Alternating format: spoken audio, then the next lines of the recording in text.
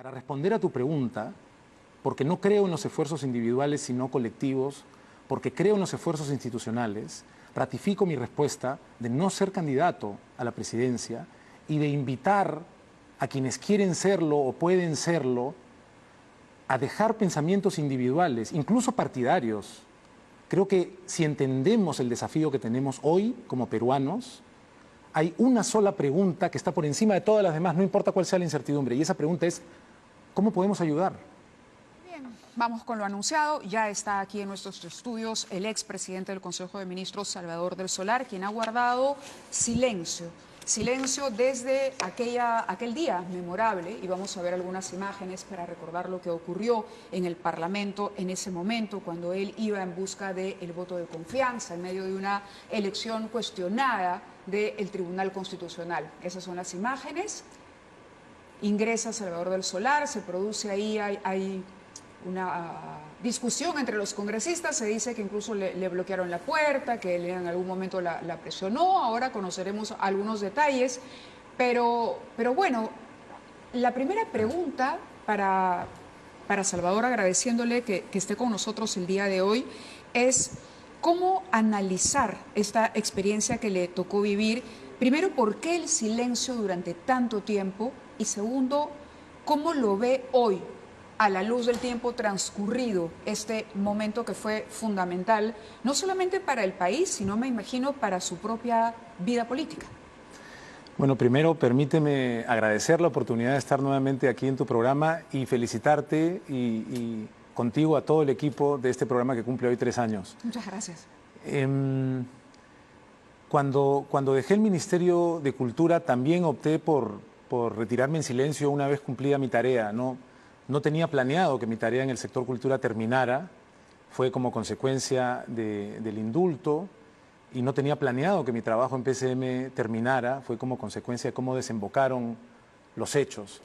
Y en ambos casos no es algo que hubiera pensado de antemano, me ha parecido lo correcto en los dos casos, retirarse en silencio.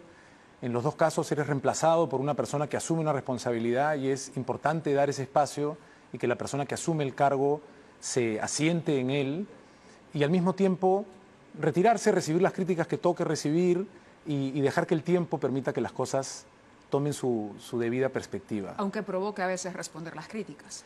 Muchas veces, ¿no? Muchas veces y en cada caso creo que, salvo excepciones, lo mejor es dejar que el tiempo ofrezca la debida perspectiva.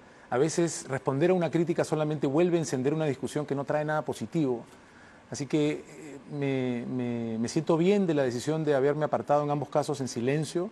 Creo que ha sido un tiempo prudente. Justamente, así como hoy se cumplen 3 años, se cumplen 10 meses del 30 de septiembre.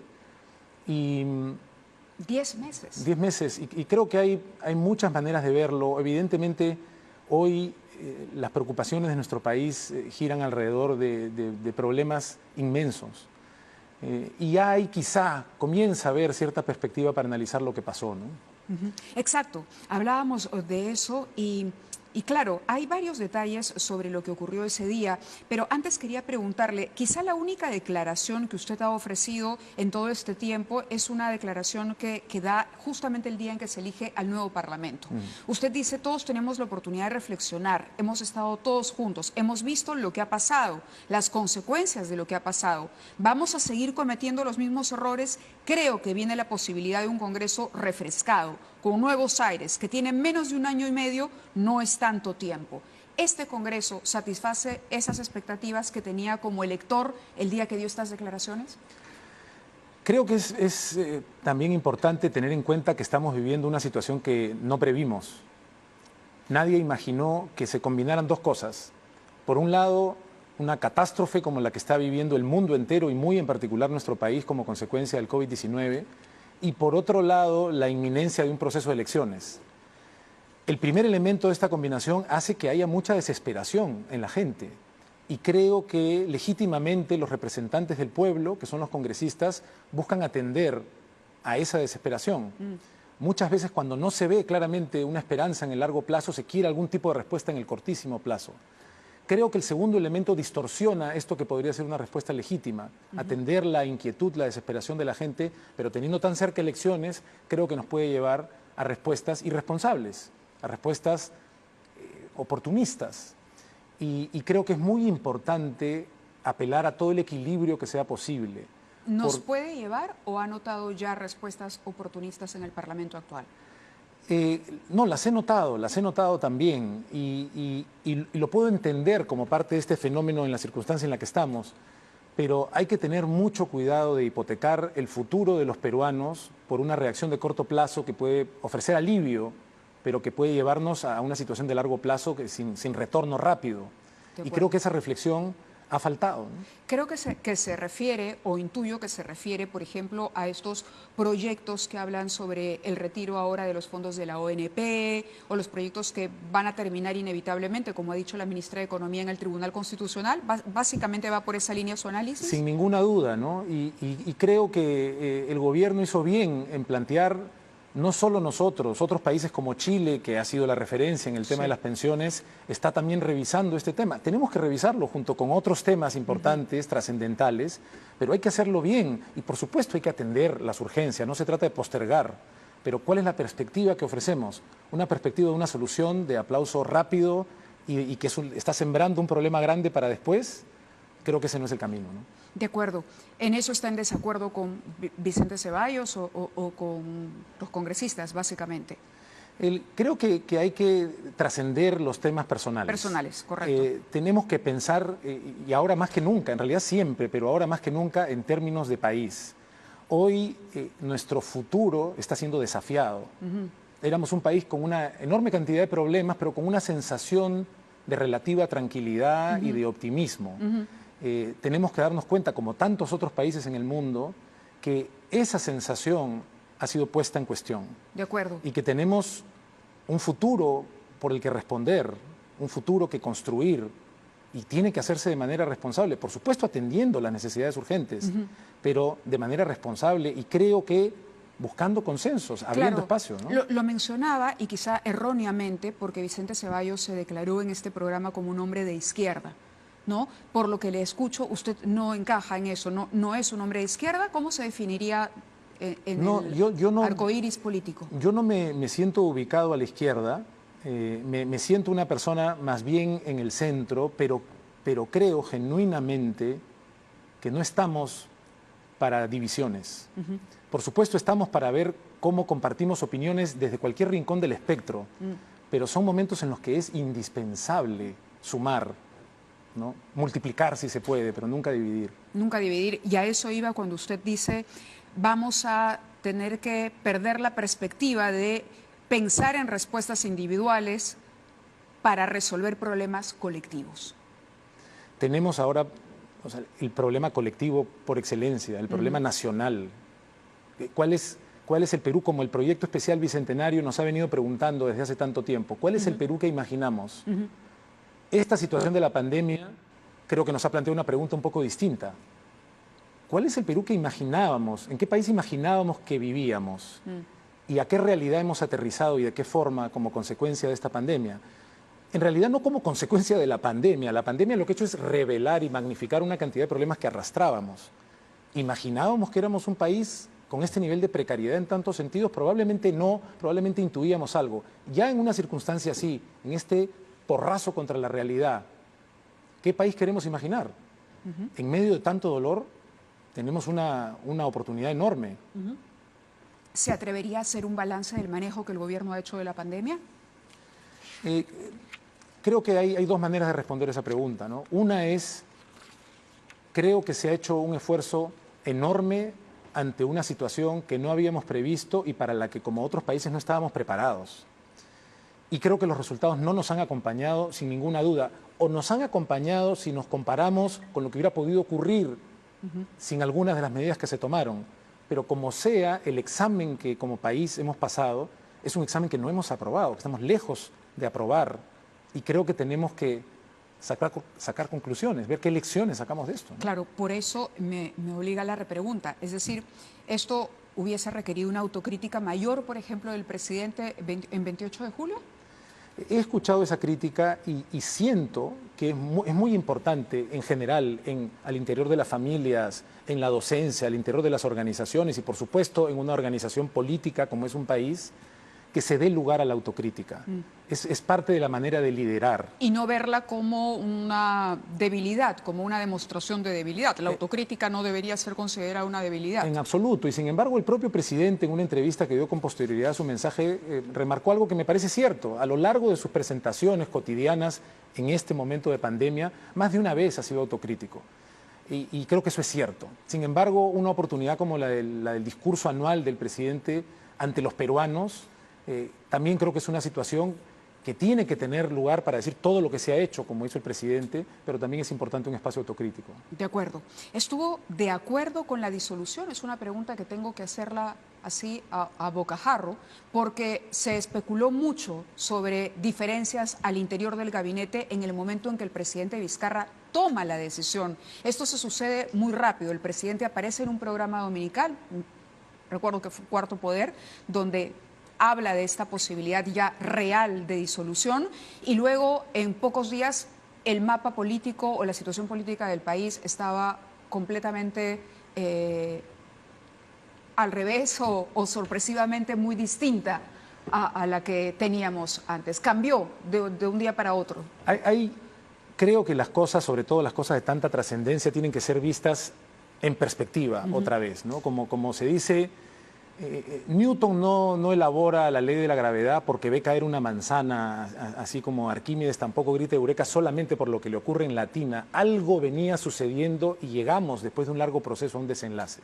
El proceso en el que estábamos es un proceso de alta tensión y confrontación política desde el 2016, un proceso que cuando entra el presidente Vizcarra tiene momentos en el que se agudiza en medio de un esfuerzo por sacar adelante una reforma política que no se presenta inicialmente con un pedido de confianza, que luego de que hay un archivamiento exprés del tema de la inmunidad que ha regresado, nos obliga a hacer una cuestión de confianza sobre parte de la reforma política, se nos otorga la confianza.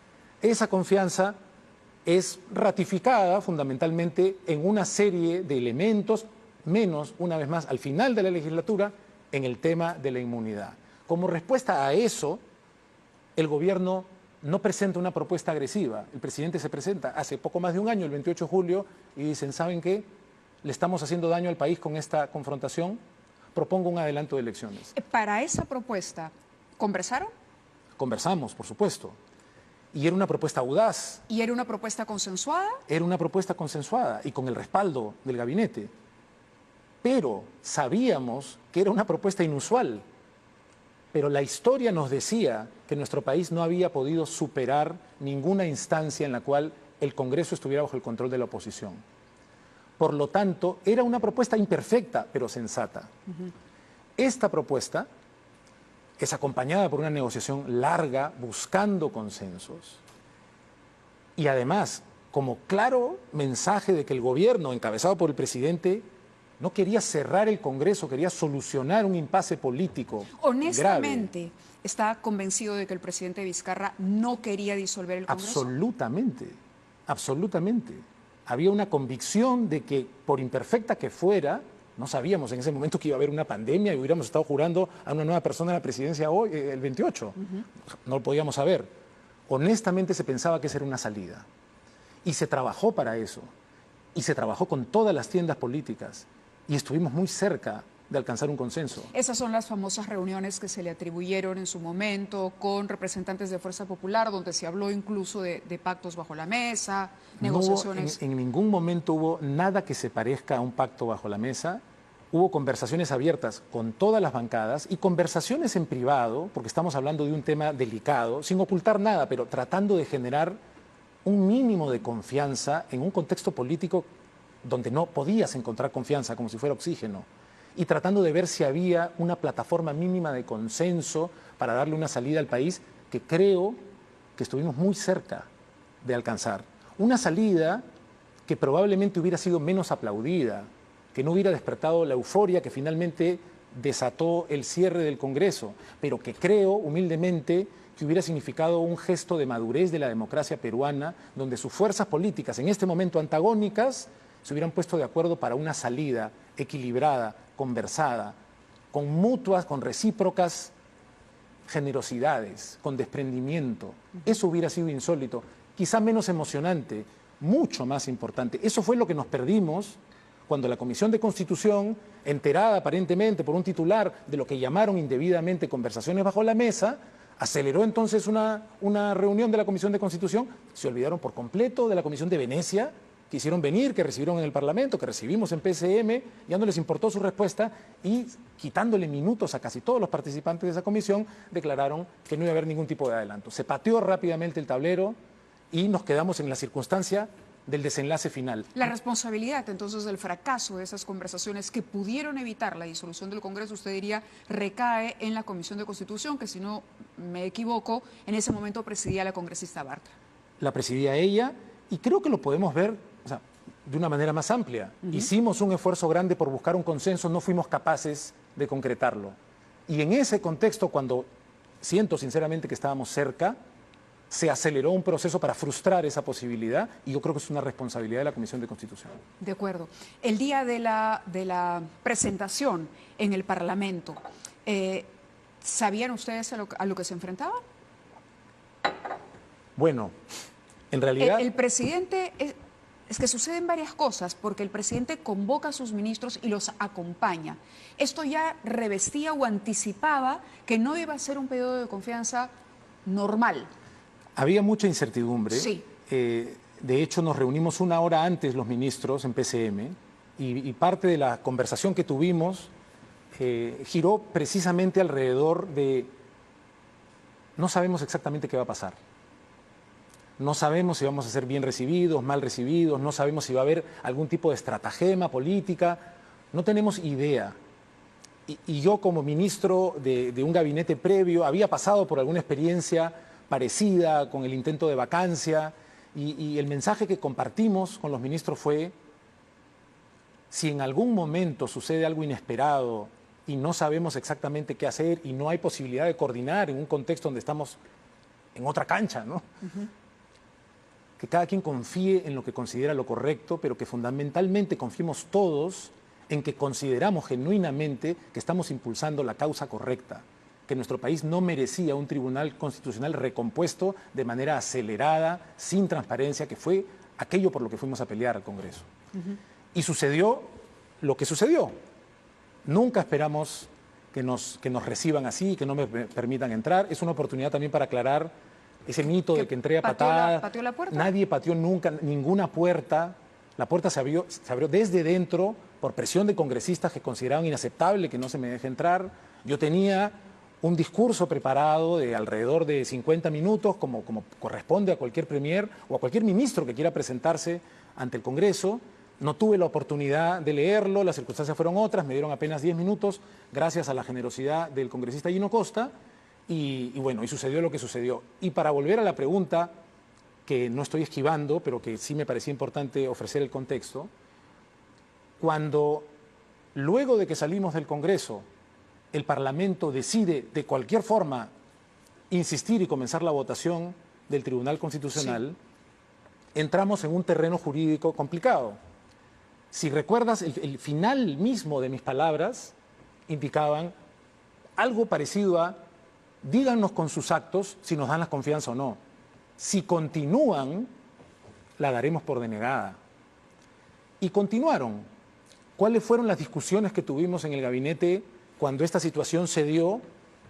Discusiones jurídicas, discusiones en el sentido de una disolución del Congreso necesitaría de un soporte jurídico indiscutible. Claro. Innegable. Pero la realidad es mucho más compleja que los deseos o que el mundo ideal. Y la realidad fue que se presentó así. Y la realidad fue que ese Congreso ya nos había dado una confianza antes y luego dijo: ¿y lo de la inmunidad? No. Eso es negar la confianza, es negarla parcialmente, es un terreno complicado.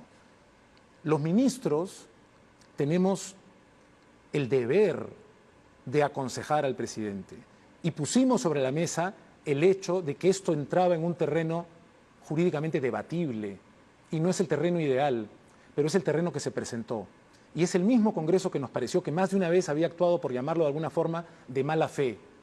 que más tarde quiso acelerar una declaración diciendo que nos daba la confianza, pero ya habían continuado Pero con la hubo elección. una suerte, por ejemplo, de votemos, ¿quiénes están a favor de disolver y quiénes no? ¿Algo así? No hubo una votación, lo que hubo fue, como era además nuestra práctica común en el gabinete, con mucha libertad y con un espíritu de equipo que mantuvimos todo el tiempo, compartir ideas al respecto y decir, tenemos que ser conscientes de que esto entre en un terreno jurídicamente debatible. Consideramos que tenemos argumentos. Hay argumentos para decir que en la práctica nos están negando la confianza, por más que vayan a decir luego que nos las están dando. Y eso nos parece que tendría que ser evaluado si esto llegara al Tribunal Constitucional, como de hecho llegó, y que se ganó por una votación apretada, porque estábamos en un terreno jurídicamente debatible. ¿Encontrábamos argumentos para apoyar esta decisión? Los encontrábamos, pero como gobierno estuvimos meses intentando no llegar a ese desenlace. Vamos a ir a una pausa y vamos a continuar con Salvador del Solar. Le dejo algunas de las preguntas. Una, por ejemplo, el papel desempeñado por la señora Mercedes Arauz como vicepresidenta y como lo que se supone ella hacía en ese momento, que era una suerte de articuladora política entre el gobierno, el Poder Ejecutivo y el Parlamento. Hacemos una pausa y volvemos. Muy bien, continuamos la entrevista con Salvador del Solar, expresidente del Consejo de Ministros. Ha dejado en claro que hubo una suerte de advertencia al presidente sobre la delicada situación jurídica en la que se colocaba el Poder Ejecutivo ante la posibilidad de un cierre del Parlamento, si finalmente la decisión era tomada, que estaban en la obligación de advertirle al presidente que esto entraba en un terreno no tan claro. En la realidad, o donde por lo menos iba a generar polémica. En la realidad jurídica y en la realidad política, más de una vez se está en una zona donde no es 100% claro. Y detrás había una situación política que resolver y se habló del hecho de que en realidad quizá hubiera sido muy difícil que no hubiera dudas al respecto. Había un margen para el debate, yo creo que ese margen permanece abierto para la discusión, pero jurídica y políticamente fue zanjado por el Tribunal Constitucional. Correcto. Paola Bustamante y usted, ¿le dijeron al presidente que era inconstitucional el cierre? ¿Es verdad esto? No, que yo recuerde nada parecido. No. Lo que se puso sobre la mesa es lo que acabo de decir. De acuerdo. Esto terminó siendo declarado constitucional, podría haber terminado con una votación diferente. Y en ese caso se hubiera tenido que considerar inconstitucional. Pero no le dijeron, presidente, esto es inconstitucional, si usted lo decide es su decisión, pero nosotros no estamos de acuerdo. Lo que ocurre es que el presidente tomó una decisión política sabiendo que el soporte jurídico implicaba un nivel de riesgo. Y es un riesgo que hay que reconocerle que asumió. Que asumió considerando que estaba haciendo lo correcto y que me parece que con el paso de la discusión y el paso de las horas y de los días fue quedando cada vez más claro que este gobierno que ese Parlamento en realidad no había otorgado la confianza, por más que lo hubiera apresurado al final, por más que lo hubiera dicho. En los hechos, más allá de que se haya criticado el presidente por hablar de una denegatoria fáctica, independientemente de la etiqueta, en los hechos, y había ocurrido antes, pero en este momento, una vez más, no se nos estaba dando la confianza al haber proseguido con la elección de miembros del TC. Le había preguntado por el papel de Mercedes Arauz. ¿Se tomó bien o se tomó mal este gesto de la vicepresidenta, que para muchos fue una deslealtad en su momento? Yo creo que como en parte de nuestra conversación inicial al principio, la perspectiva ayuda a ver las cosas en su debida dimensión. Había una serie de diferencias con la vicepresidenta y se habían manifestado más de una vez. Y ella tiene derecho, como cualquier política, a tener ideas que en este caso fueran diferentes a las del gobierno en ese momento o a las del presidente. Y lo que ocurrió fue lo que ocurrió también de manera rápida. Yo rechazo la inclinación a juzgar y mucho menos a achicharrar públicamente a las personas, sobre todo como ocurre ahora en las redes sociales. Con la distancia es más fácil decir, pero que claramente se equivocó, cómo se le ocurrió jurar la presidencia.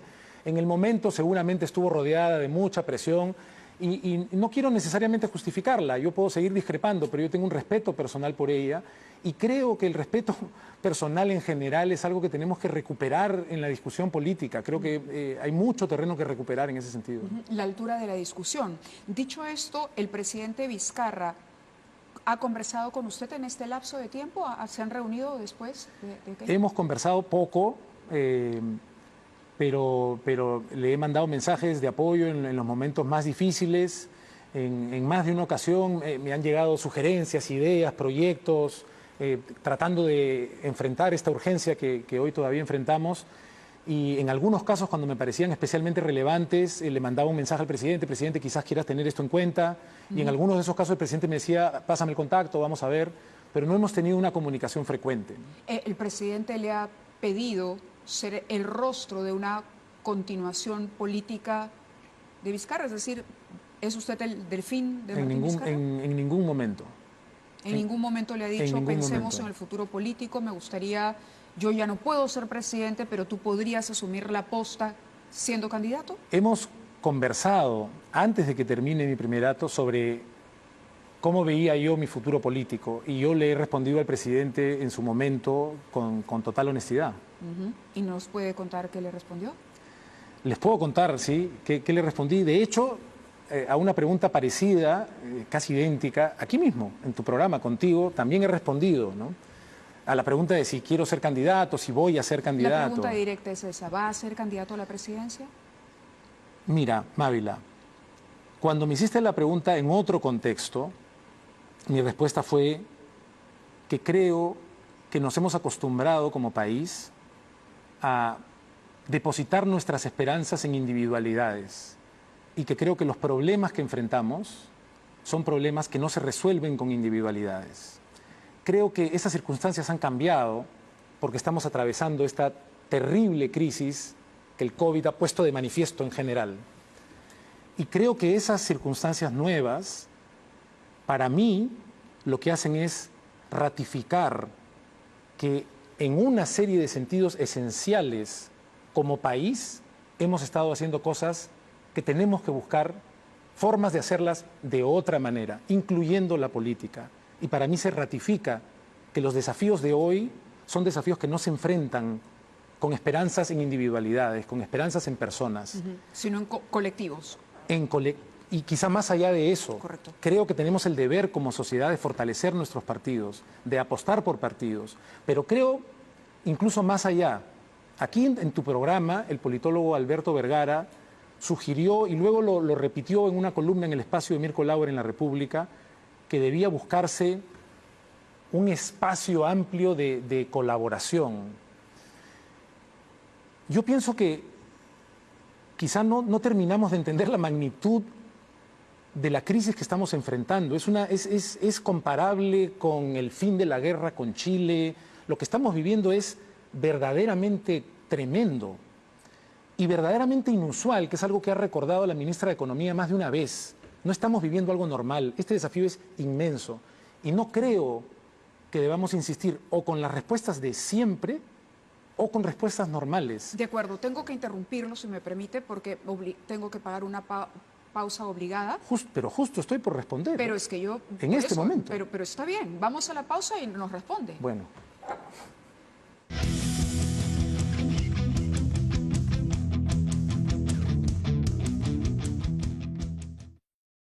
Seguro vehicular Plan Kilómetros de Pacífico. El que maneja menos, paga menos. Cómpralo hoy y recibe gratis un seguro adicional que te protege contra accidentes fuera de tu auto.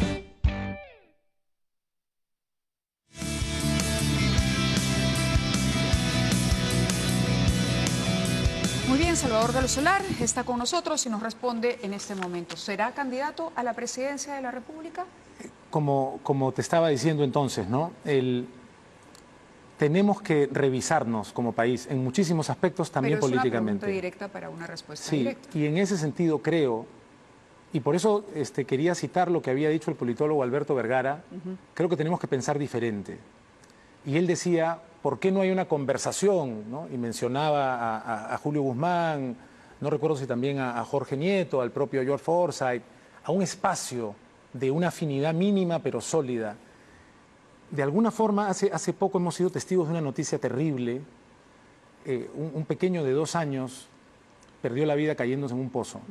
Un niño de 2 años pierde la vida así y una república de 2 siglos ha caído también repentinamente en un pozo. Eso es lo que nos está pasando. Y no hay una manera de salir de ahí si no es saliendo juntos. Para responder a tu pregunta, porque no creo en los esfuerzos individuales sino colectivos, porque creo en los esfuerzos institucionales, ratifico mi respuesta de no ser candidato a la presidencia y de invitar a quienes quieren serlo o pueden serlo a dejar pensamientos individuales, incluso partidarios. Creo que si entendemos el desafío que tenemos hoy como peruanos, hay una sola pregunta que está por encima de todas las demás, no importa cuál sea la incertidumbre, y esa pregunta es, ¿cómo podemos ayudar? Y la respuesta es juntos. Y yo creo que ayuda decir, no tengo aspiraciones de ser candidato, mis aspiraciones son ver una manera en la cual, colaborando entre todos, hacemos algo por nuestro país, que lo necesita muchísimo, desde la ciudadanía, desde las regiones, con los jóvenes, con los mayores, por supuesto con las mujeres, con las fuerzas políticas que se consideren afines. Este no es momento solamente de partidos, yo creo que este es un momento de frentes y es un momento verdaderamente patriótico. La situación de verdad es terrible y es exigente, pero los peruanos tenemos con qué estar a la altura. Y el primer paso, creo yo, para estar a la altura es desprendernos de cualquier tipo de lógica individual. La pregunta no es quién va a ser candidato, la pregunta no es quién va a ganar, quién va a postular. La pregunta es qué país queremos ser y qué vamos a hacer al respecto. Y creo que es muy importante que nos animemos a pensar más allá de lo normal, porque no estamos viviendo tiempos normales, para ver cómo contribuimos. Este no es un momento de quién sale en la foto, este es un momento de qué foto o qué radiografía va a revelar nuestro país ahora que comienza su tercer centenario como república. El reto es inmenso, pero creo que si sumamos voluntades podemos estar a la altura y yo tengo la tranquilidad de decir que no postular a la presidencia de mi parte es al menos una pequeña manera de ayudar y de que convocar a las personas a que inviten a sus políticos a buscar manera de sumar esfuerzos es una manera de hacer país. Ahora, esta es una reflexión que le ha tomado tiempo, porque no es que haya pensado lo mismo siempre. En algún momento le pasó por la cabeza la posibilidad de ser candidato, de formar una organización política. En realidad, cada vez que se me preguntó respondí sinceramente que no pensaba postular. Pero con toda sinceridad, en el contexto de esta pandemia y de la situación política y en conversaciones con personas cuya opinión valoro muy especialmente, lo pensé y lo conversé y lo consideré. Porque me imagino que ha tenido muchísimas invitaciones, gente que se ha acercado, hay muchos simpatizantes, no por algo aparece en todas las encuestas de sondeo, permanentemente está. Ha habido preguntas, vas a postular, me he enterado más de una vez de que hay agrupaciones que no conozco, que usan mi nombre para ir formando comités, espero no recaudando fondos, porque no he hablado con nadie para tener una candidatura. Me siento tranquilo con esta decisión después de haberlo pensado, no ha sido fácil decidirlo y me siento genuinamente agradecido con las personas que consideran que yo puedo ser una opción, pero a esas personas las quiero invitar a reflexionar y a repensar. No tenemos que buscar una Correcto, opción. pero lo que no me termina de quedar claro es por qué usted mismo considera que no es una opción. Porque nadie es una opción, porque no alcanza con una opción individual. Pero eso significaría entonces que nadie debería candidatear. No, alguien tiene que candidatear, pero no podemos seguir repitiendo nuestros errores. No es importante quién va a ser presidente si es que no está soportado por una verdadera voluntad de cambio. Y parte del cambio que tenemos que hacer, así como en la salud, así como en la educación, así como en el transporte, es la manera de hacer política. Nuestra política, desde hace rato, está en una situación lamentable. La desconfianza de los peruanos en la política es de las más altas de toda la región. ¿No haría usted el cambio? Hemos tenido, Mávila, me parece a mí, más de un ejemplo de caudillos o de personas carismáticas o que parecen ser novedosas, que han convocado las esperanzas de todos. ¿De acuerdo? Y que al mismo tiempo creo que nos han facilitado a los ciudadanos desprendernos de alguna manera de nuestra propia responsabilidad para llevarnos una y otra vez a una situación de desesperanza. No hagamos lo mismo si queremos resultados diferentes. No digo que esta sea la mejor respuesta, pero sí creo que es un intento diferente. La pregunta no es quién candidatea. En cualquier caso, si esa es la pregunta, mi respuesta es yo no. Mi invitación es busquemos entre todos los peruanos, al menos tiene que haber competencia política entre quienes sintamos que hay suficiente afinidad, maneras de cambiar nuestro país. Mi manera, yo espero que suceda desde la sociedad civil, donde hay tantas organizaciones haciendo tanto desde hace tanto tiempo y donde hay mucho por hacer, sin embargo, pero también, si es que fuera preciso, buscando puentes entre diferentes fuerzas políticas para buscar una visión, para buscar, alguien tendrá que ser el candidato, no seré yo, y alguno tendrá, espero yo, que ser el frente, no solamente un partido, pero fortalezcamos instituciones y sumemos esfuerzos que de otra manera no veo que vayamos a conseguir un resultado distinto. De acuerdo, si lo entiendo bien, entonces es terminar con esta política caudillista, ¿no?, de personas que consiguen tener una aceptación e ir al gran debate. Mávila, ¿dónde está el partido del presidente Toledo? ¿Dónde está el partido del presidente Kuczynski? ¿Dónde está el partido del presidente Humala? Los partidos no pueden aparecer y desaparecer simplemente para conseguir ser gobierno. Algo tenemos que hacer distinto. Y alrededor de una figura que es... Que una vez que la figura desaparece o cae en desgracia, el partido se ve perjudicado. Sino hacer un debate mucho más de ideas, finalmente, y recuperar la institucionalidad o la fuerza que pueda tener un partido en base a una doctrina de... Necesitamos hacer las cosas de una manera distinta y necesitamos hacerlo mejor, y creo que mejor en este caso significa institucional, colectivamente, no individual e improvisadamente. De acuerdo. El señor Guzmán en algún momento dijo, acá está el Partido Morado. ¿Le han invitado a formar parte del Partido Morado? Bueno, existe ese tuit, que es un gesto que yo saludo, creo que es un gesto que va en la dirección correcta. Sin embargo, me parece que podemos apuntar a más. No solamente a integrémonos a un partido, creo que está bien que la gente se integre a un partido, y creo que el Partido Morado me parece que está teniendo un desempeño serio. Y no es el único partido que está teniendo un desempeño serio, pero está bien, eso tiene que fortalecerse. Mi sensación, escuchando a lo que decía Alberto Vergara, vamos más allá de los partidos. Hay otros partidos también que están en formación o que existen hace tiempo y que parecen no tener posibilidades. Como decía hace un ratito, tenemos que sumar y si se puede multiplicar.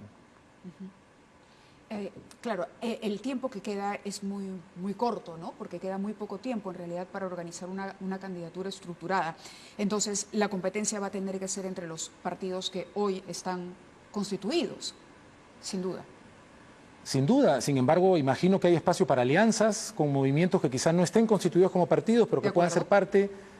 En realidad... Y eso es algo que tendría que considerar el Congreso en el marco de la reforma que impulsaron durante el gobierno de Vizcarra, cuando usted fue presidente del Consejo de Ministros. Ojalá el Congreso pusiera más energías y más foco en la reforma política que está pendiente. Yo me animo a decir, aunque quizá esto no sea exacto, que la crisis de prevención que vimos con el niño costero del 17 y con los niños previos, que la crisis de corrupción que estamos viendo, que la crisis sanitaria que hoy vivimos, todas tienen una causa que en el fondo es una crisis política. La reforma política no es accesoria, es esencial. Y queda poco tiempo, pero queda tiempo para que las reglas ayuden a que tengamos instituciones, partidos, y para que ciudadanos limpios participen, para que financiamiento limpio o del Estado impulse a los partidos. Nos merecemos otro tipo de política, pero eso no se consigue gratis ni solamente con una reforma. Los ciudadanos también tenemos un cambio de actitud pendiente, ¿no? ¿Y ese cambio se va a poder producir al 2021? ¿Guarda esa esperanza?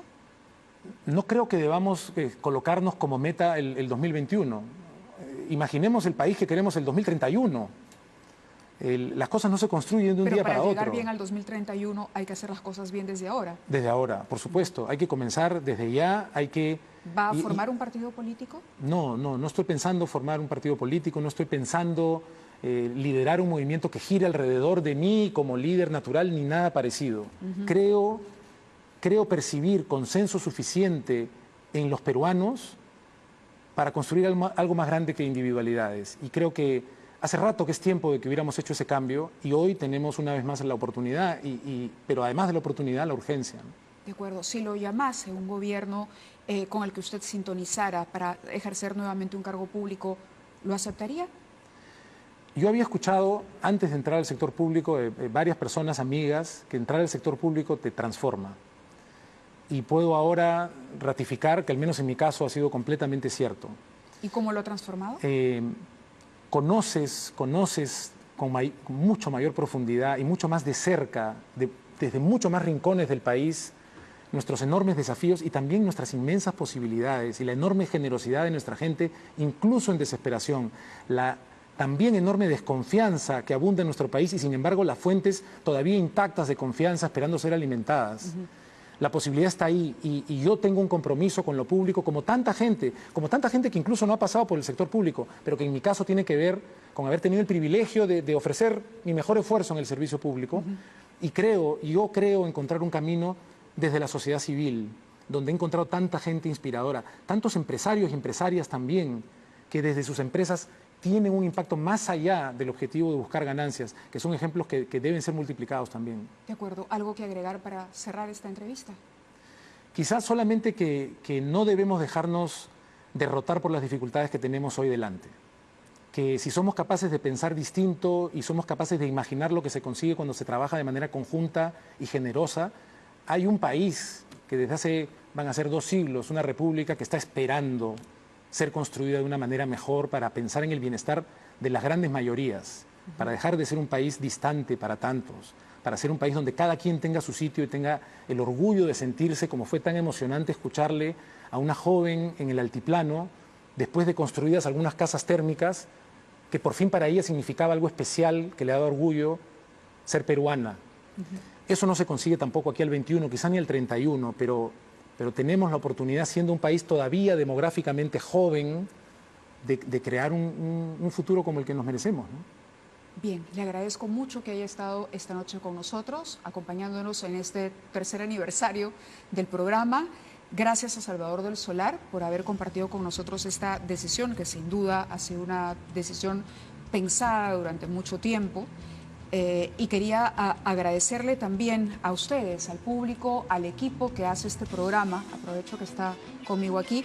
Este es un equipo que ha trabajado reconstruyendo un espacio y la verdad es que todos han sido parte de este esfuerzo. Yo no puedo dejar de mencionar el aporte de Ricardo Tucuda en la producción, de mi mano derecha, Diana Hidalgo, de los asistentes, de los que estuvieron al inicio y que hoy no están con nosotros, y sobre todo la libertad con la que se nos ha permitido trabajar, al margen también de las críticas, que los que trabajamos exponiendo la cara siempre sabemos que eso viene, pero uno adquiere una cierta madurez para encararlo, que agradecer esa libertad de poder estar con ustedes y reiterar nuestro compromiso de seguir haciendo lo mejor y seguir contribuyendo a eso, a construir desde el lugar donde nos toque, Salvador, un país mejor. Un país que pueda ser el 2021 un poquito mejor, pero que quizá el 2031 sea muchísimo mejor, porque de eso se trata. Gracias de nuevo por estar con nosotros en una fecha tan especial y éxito y suerte en cualquier proyecto que emprenda. Muchas gracias, felicitaciones y sigan adelante. Gracias a ustedes también, que tengan muy buenas noches.